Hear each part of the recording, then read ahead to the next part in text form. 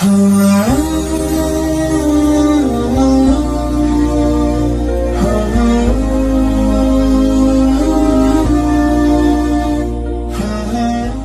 ini pengurus masjid ya, dengar Pak Bu, kalau Bapak diamanahi menjadi pengurus masjid bukan berarti Bapak punya masjid, kecuali Bapak bangun sendiri seperti masjidku, mau-mauku, karena saya yang bangun, tidak ada orang sumbang, saya tolak. Bahkan di masjidku tidak ada celengan. Saya bilang saya masih mampu, maka saya atur, saya mau ini penceramahnya, ini judulnya. Tapi kalau milik umat, jangan lalu kau simpan itu saldo. Kenapa saya tidak mau terima celengan di masjid? Yang saya terima kalau mau sumbang makanan, kalau mau sumbang minuman. Tapi kalau uang saya tolak. Kenapa? Banyak setannya itu uang. Kalau kau lihat di situ 100 juta, kau kira uangmu. Ada masjid, dia yang umumkan, dia yang terima, dia yang catat, dia yang salurkan, setan masuk. Ya, dan dengar, kalau ini dibiarkan, saldo tinggal, meskipun Bapak tidak masuk neraka, tapi ditanya-tanya nanti di akhirat. Sama juga Bapak tidak ditahan, tapi kalau nak panggil mako KPK, nak panggil mako polisi jadi saksi, kencing-kencing mako. Ya, jadi jangan simpan uangnya orang. Kalau Bapak simpan menjadi saldo 90 juta, tidak jalan amalnya orang. Kalau dia jadi keran, selama keran itu dipakai, amalnya orang jalan. Kalau dia jadi mic, selama mic itu dipakai, amalnya orang jalan. Kalau dia menjadi pembersih toilet, selama toilet itu dipakai, jadi amal. Dia jadi sapu, jadi amal. Jadi nasi, jadi amal. Sudah bisa mau dibangun Ustaz, tidak ada lagi. Ada namanya Jumat berkah. Bagaimana caranya? Bapak bikin bubur hari Jumat, kasih makan orang datang berjamaah. Boleh, boleh. Ada anak remaja masjid yatim piatu, mau kuliah tidak ada uangnya, boleh kau pakai uang masjid, kasih kuliah anak yatim piatu. Yang penting umumkan, jangan simpan saldo kas 100 juta. Begitu kita mau berak, tidak ada airnya. Masih baik kalau kencing Pak, masih bisa didakte. Selesai. Tapi kalau ini yang kuning, masa keluar begini? Hati-hati Pak pengurus masjid. Saya kasih tahu ya, dengar. Kenapa itu orang pergi haji melempar 3 jumroh? Bapak ada yang pernah haji? Ada? Berapa tempat melempar? Berapa Ibu? 1 tempat berapa batu? 7. Berapa hari? 3 hari. Kenapa tidak 21 kali 3? Ya kan? 63 batu. Kenapa tidak 1 hari saja? Allahu Akbar. Kenapa tidak? Kenapa mesti 3 hari? Kenapa mesti 3 setan itu dilempar? Menunjukkan setan itu tidak pernah berhenti goda kok. Begitu datang uang kau terima, nah goda mako. Simpangi. Jangan kau belanja. Simpangi. Nah curigai korang. Simpangi. Setan itu. Sudah itu saldo 100 juta. Tiba-tiba anakmu mau membayar. Pakai dulu. Ada ji nanti itu bulan depan gantinya. Kan naik jiwa arisanmu itu bulan depan. Setan. Rapat kok. Saudara-saudara sekalian, kita mau pakai ini uang. Ada kasihan jamaah masjid terlilit pinjol. Ada pinjamannya 5 juta berkembang terus. Bagaimana kalau dibayarkan? 8 yang rapat. 1 orang nabuju itu setan. Lawangi, lawangi, lawangi. Tidak boleh itu, tidak boleh itu. Itu setan. Makanya setiap saya ceramah selalu saya bilang, ya ayyuhalladzina amanu dukhulu fis-silmi kaffatan wa la tattabi'u khutuwatis syaitan innahu lakum adu mubin. Wahai orang-orang yang beriman, masuklah engkau ke dalam Islam secara sempurna dan janganlah engkau ikuti langkah-langkah setan, karena sesungguhnya setan itu musuh yang nyata bagi kalian. Termasuk ketika dengar ceramah ini, setan nagoda kau. Itu pengurus masjid. Nagoda kau apa? Tersinggung kau, tersinggung kau, tersinggung kau. Itu setan itu. Kalau bapak bilang, cocok itu yang bilang ustaz, itu malaikat yang bisikku. Tapi kalau bilang, sok tahu itu ustaz, setan itu. Kapan bapak dikasih tahu yang benar, bapak tersinggung, setan telah mencekol hatimu. Termasuk setan handphone. Shooting.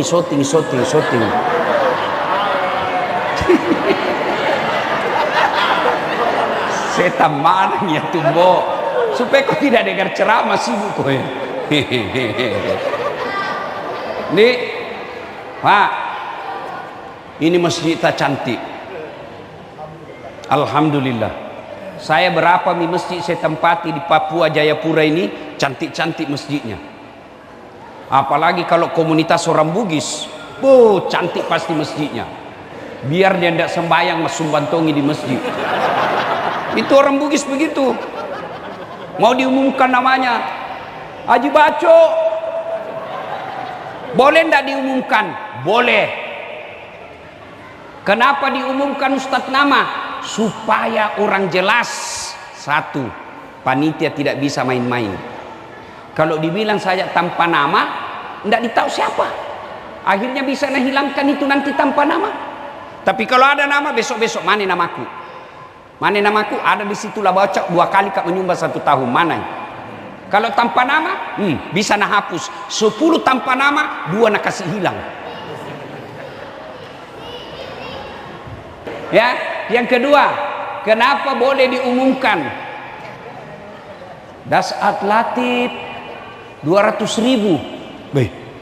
Itu saja Dasat Latif, tidak jelas gajinya. 200.000 tawa tiap Jumat.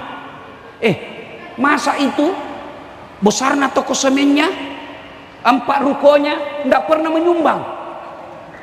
Itu gunanya supaya motivasi.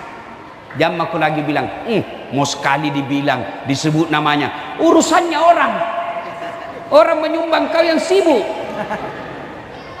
Ya, jadi Bapak Ibu yang diamanahi pengurus masjid, berpikir bagaimana ini bisa diganti ini. Ya, yang berikutnya, kalau jadi pengurus masjid, jangan cuma namamu pengurus. Tabe, kira-kira berapa pengurus masjid di sini yang terdaftar namanya? Berapa Pak? 30. Saya yakin tidak cukup 10 yang datang hari ini. Iya toh? Itu kalau kau cuma pengurus masjid, nanti yang masuk surga namamu di kertas. Bayangkan kalau 30 pengurus masjid, biasanya ada 100 orang pengurus masjid, rusak keran masjid, satu keran masjid rusak, nggak ada yang ganti, padahal 30 kok di situ. Yang kau marah nak, yang kau marah. Kalau marah kok nabisi kau setan. Bapak kalau marah ndak apa-apa, Mama juga pulang besok. Ya, berikutnya lagi. Ini supaya baik ini masjid tak. Kalau ada penceramah Pak, Jumat terutama, kasih judul. Kasih judul. Saya di masjidku 1 tahun sudah ada judulnya. Bulan Muharram ini judulnya, bulan Syawal ini judulnya, bulan Ramadan ini judulnya. Supaya apa? Supaya tidak tumpun tindih itu ceramah. Coba lihat kalau Ramadan, malam pertama nak bahas keutamaan bulan suci Ramadan. Besok datang lagi tuh Ustaz, keutamaan bulan suci Ramadan. Datangi lagi 3 keutamaan bulan suci Ramadan. 3 malam itu terus. Maka tulis judulnya Pak, baru kirim 1 minggu sebelum khutbah, kirimkan memang nih Pak. Kalau perlu kasih judul buku. Begitu saya Pak. Supaya apa? Ada peningkatan masjid. Jangan sampai cantik masjidnya, manajemennya tidak bagus. Nah boleh itu. Perlu Senin Kamis, umumkan hari Jumat mulai besok. Mulai minggu ini kami siapkan buka puasa pada hari Kamis dan Senin. Bagi jamaah yang puasa, silakan lapor, kita buka bareng-bareng di masjid. Itu ada peningkatan. Ternyata cuma 2 yang buka. Jangan ton cuma 2 bungkus kau pesan. Pesan kau 10 karena ada panitia. Ini namanya dimajukan masjid tak? Anak-anak remaja masjid. Nih, saya ini penceramah karena remaja masjid. BKPRMI. Tidak pernah ke pesantren. Tapi kasih baku tanding anak pesantren. Banyak anak pesantren, bapaknya dia mau pesantren. Nah kirim, akhirnya anaknya tidak belajar sekolah dengan baik. Saya karena mau belajar agama meskipun tidak di pesantren. Di mana saya belajar? Di masjid. Maka bapak-bapak kumpul itu anak-anak yang besar. Kasih baju seragam. Seragam remaja masjid. Nama ini masjid. Kalau ada kegiatan, jangan ini yang tua-tua yang muka sakaratil maut urus terus. Iya tuh melok mat terus. Pensiun dong bos. Kasih lagi anak muda untuk generasi penerus. Kita orang tua tinggal menjadi pembina dan pengontrol. Itu anak-anak dia yang MC. Itu di masjidku Pak, anak SD SMP MC. Kalau SMA pandemi ceramah, dia dulu ceramah baru ustaz utama. Itu namanya kaderisasi. Kasih baju seragam. Masa ibu majelis taklim ada seragamnya? Nah dia ada suaminya. Masa ada remaja masjid yang belum ada istrinya tidak ada baju seragamnya? Anak muda saja mau, bapak-bapak saja mau cantik-cantik, masa remaja masjid tidak? Kasih baju seragam. Sudah itu kalau hari Jumat panggil mereka. Ayo dek, Jumat berkah. Makan sama-sama, tapi kasih bersih kau dulu masjid. Itu caranya, bukan bersihnya, tapi diajar anak-anak cinta ke masjid. Nah datang dia, ini tidak, datang anak-anak, ndak kau kasih kesempatan, jamak itu anak-anak. Siapa ganti nanti kau dong? Itu namanya manajemen masjid. Yang asan, jangan ki marah Pak ya, jangan ki marah. Jangan lagi yang orang tua kasihan. Kau siksa mereka cari napas. Hai. Tapi tadi bagus. Tapi itu yang sudah tua-tua. Bagaimana orang tua tidak dia yang asan, tidak ada yang lain. Bagaimana tidak ada yang lain? Kau tidak ajak anak remaja. Coba bede. Muharram ini, akhir Ramadan, akhir Muharram. Masih ada 10 hari. Bikin lomba azan di sekitar masjid. Yang menang gaji maka suruh azan 5 kali sehari semalam. Gaji itu 1 juta 1 minggu, 1 bulan. Mau itu azan Pak. Dan uang tidak habis kalau 1 juta. Kau kasih itu niamak barakah. Kasih gaji anak-anak yang yatim piatu. Ada kasihan anak remaja masjid yatim. Sudah, saya kasih kerja kau di masjid, bersihkan kau toilet. Itu namanya pembinaan. Nah, Bapak Ibu saudara-saudara sekalian, azan. Apalagi karpetnya bagus nih. Atau gitu karpet Pak, begitu mau sujud banyak semut. Mana di tempat ini? Itu, mak bau semelah. Ibu, ya, maafkan saya.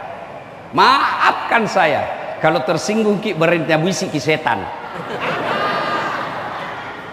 Nah, apalagi imam.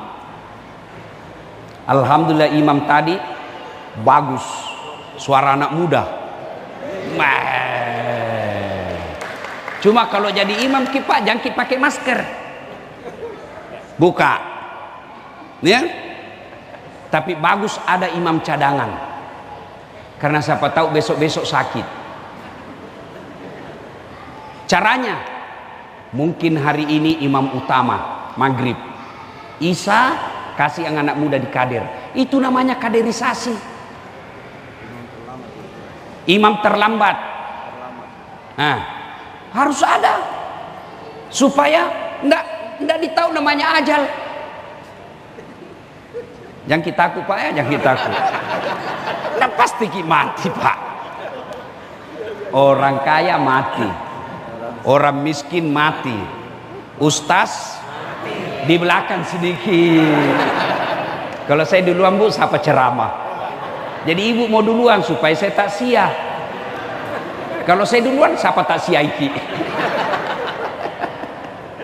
Nah, imam ini beliau paling lama, mesti ada kader.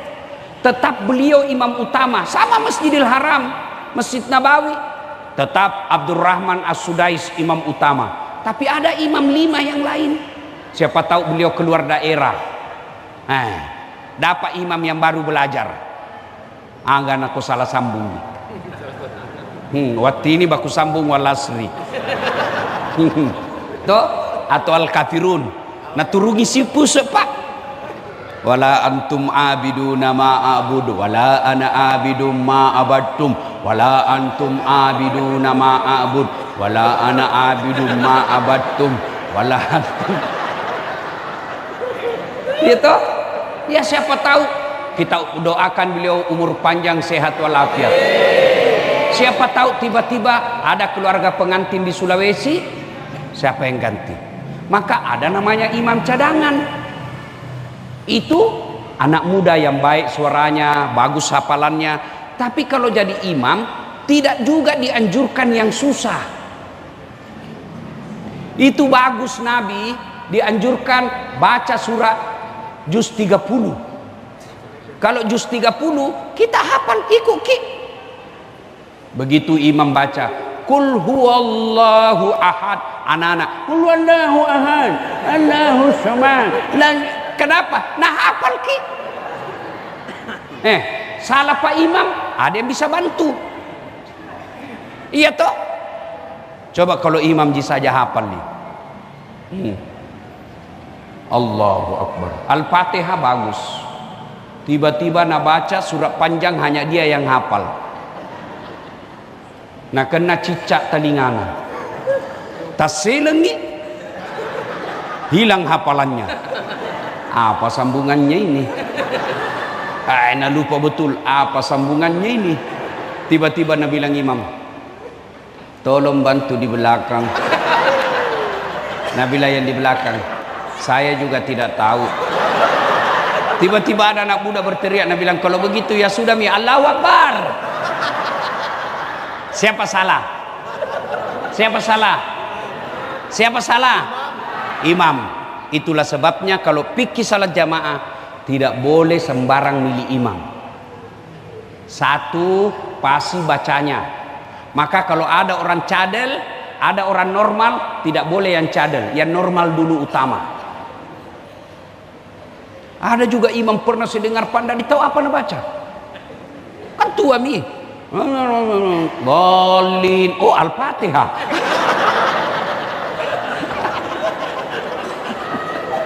Itu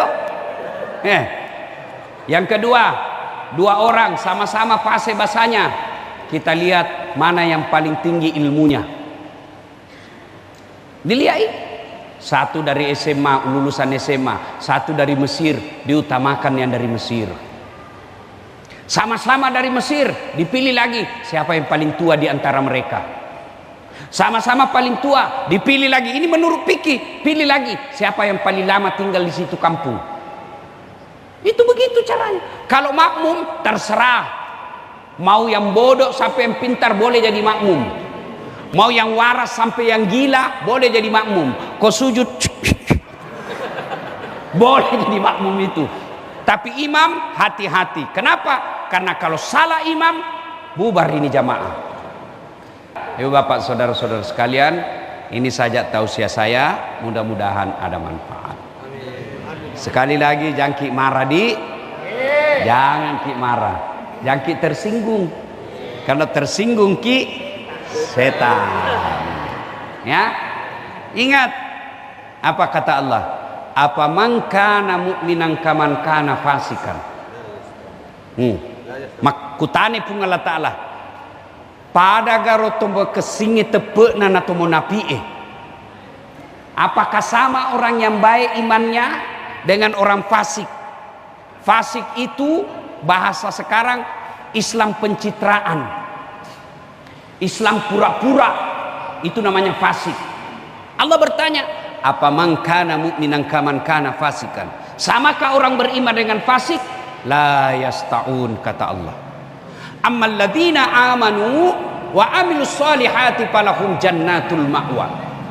Bagi mereka yang beriman dengan baik, saya kasih ke surga. Surga dunia, surga akhirat. Wa ammal ladina fataku fa ma'wahumun nar. Bagi mereka yang pembangkang, fasik, pura-pura beriman, saya kasih kembali ke neraka dunia, nerakanya akhirat. Orang beriman, innamal mu'minuna alladzina iza sukirallah wajilat qulubuhum wa iza tuliyat alaihim ayatuhum sadathum imana wa ala rabbihim yatawakkalun. Orang yang baik imannya disindiri, jangan kau urus uangmu, jangan kau salah-salahkan itu pengurus mesti uang. Dia bilang cocok, mulai besok saya perbaiki diri. Itu orang beriman. Khatamallahu ala qulubihim. Kalau orang yang tidak baik hatinya, mati hatinya, kau sampaikan ayat Allah atau tidak, la yasta'un, mereka tidak akan beriman. Bahkan kalau pulang, apa Nabi bilang? Siapa panggil itu tadi dasar? Jangan kau lagi panggil itu. Tidak enak, ampak na bahas saya terus nak kena. Terima kasih saudara-saudara sekalian, bapak-bapakku yang saya muliakan.